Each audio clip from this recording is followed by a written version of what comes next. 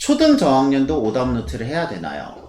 저는 조금 회의적이긴 합니다. 그쵸? 왜냐면 초등 저학년은요, 그게 개념이라고 할 만한 내용보다는 실은 큰 틀에서 다 연산인 경우가 많거든요. 그쵸. 근데 이제 뭐 활용 이런 문제도 약간 뭐 곱하기 나누기 이런 개념이 정확히 서 있는지 안 서 있는지 이런 걸 물어보거든요. 그래서 뭐 활용 문제 정도는 할 수는 있겠지만 네. 실은 오답노트가 유의미한 성과를 발휘하는 건 중등 과정부터가 좀 더 그렇죠. 가성비가 좋지 않나 라는 생각을 하고 있기는 합니다.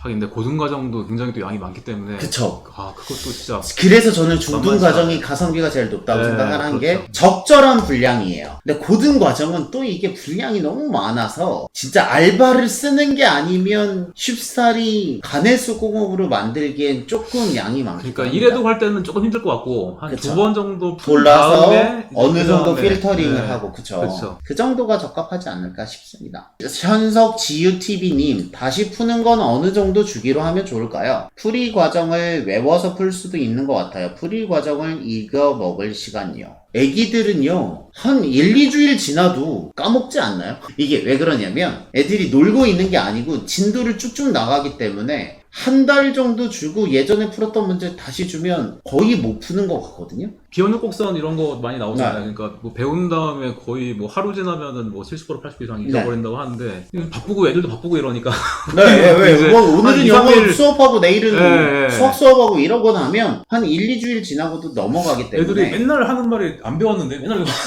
어제 배웠는데 안 배웠는데 맨날 이런 말 하고 어제 배웠는데 시험에 뭐 나왔는데 이거 가르쳐줬는데 이거 안 배우고 나왔는데 정말 이런 말 하니까 제가 오늘 참 진짜 안 그래도 네. 수상 그 단원 테스트 봤는데 정석이랑 RPM 교재에 있는 거 똑같이 냈는데 안 배운 거 냈다고 얼마나 이 구박을 받았는지 애들이 맨날 하는 말이 그렇기 때문에 제가 봤을 때는 그 주기는 너무 걱정은 안 하셔도 될 것 같고요. 큰 틀에서 보면 전 오답 노트를 만든다는 작업이 어떤 거라고 생각하냐면 이것저것 섞여 있는 쓰레기 더미 안에서 내가 필요한 보물을 건져낸다는 작업인 것 같거든요. 그러니까 그 보물을 건져서 지금 쓸 수도 있지만 못 쓰더라도 내가 이런 게 나에게 중요했었지라고 모아두고 정작 필요한 시기, 예를 들면 내신 때가 제일 그렇죠, 필요하겠죠. 그렇죠. 그럴 때 그 보물을 꺼내서 활용할 수 있으면 되기 때문에 지금 당장 오답 노트를 만들어서 그게 꼭 성과를 지금 봐야 되느냐라고 생각한다면 저는 그게 꼭 아니어도 오답 노트가 가치가 있다고 네, 생각합니다. 말씀하신 것처럼 점점 분량을 줄여가면서 시험 전날 굉장히 큰 역할을 하는 것 같아요. 자기가 특별히 접근조차 못했던 문제 같은 경우는 오답노트를 활용을 해서 일단 필기를 하는 게 그렇게 활용을 하는 게 좋은 것 같아요. 그러니까 무조건 다 이렇게 오답노트를 할 게 아니고 연상 같은 거는 좀 제외를 하고 접근이 안 됐던 문제 이런 거를 위주로 정리를 하는 게 좋은 것 같아요. 김조디님, 그런데 유형만 외우게 되지 않을까요? 그럼 고등 가서 많이 무너진다는데 여러 번 풀리면 웬만하면 유형들을 외워 버리는 경우가 많잖아요. 그래서 대치동 캐슬이 추가하는 개념 노트고요. 이거는 약간 저는 의견이 다를 수도 있다고 생각을 하는 게 저희가 단원 평가를 볼 때 일부 문제는 똑같이 내거든요. 그럼 예를 들면 수학 정석의 연습 문제 같은 거는요. 문제 자체가 어려워요. 그것을 풀이 과정까지 깔끔하게 외워서 쓰는 것도요. 어려운 일입니다. 그리고 솔직히 그냥 푸는 거랑 외워서 푸는 거랑은 결과물 자체는 비슷할 수 있어요. 그런데 저는 그게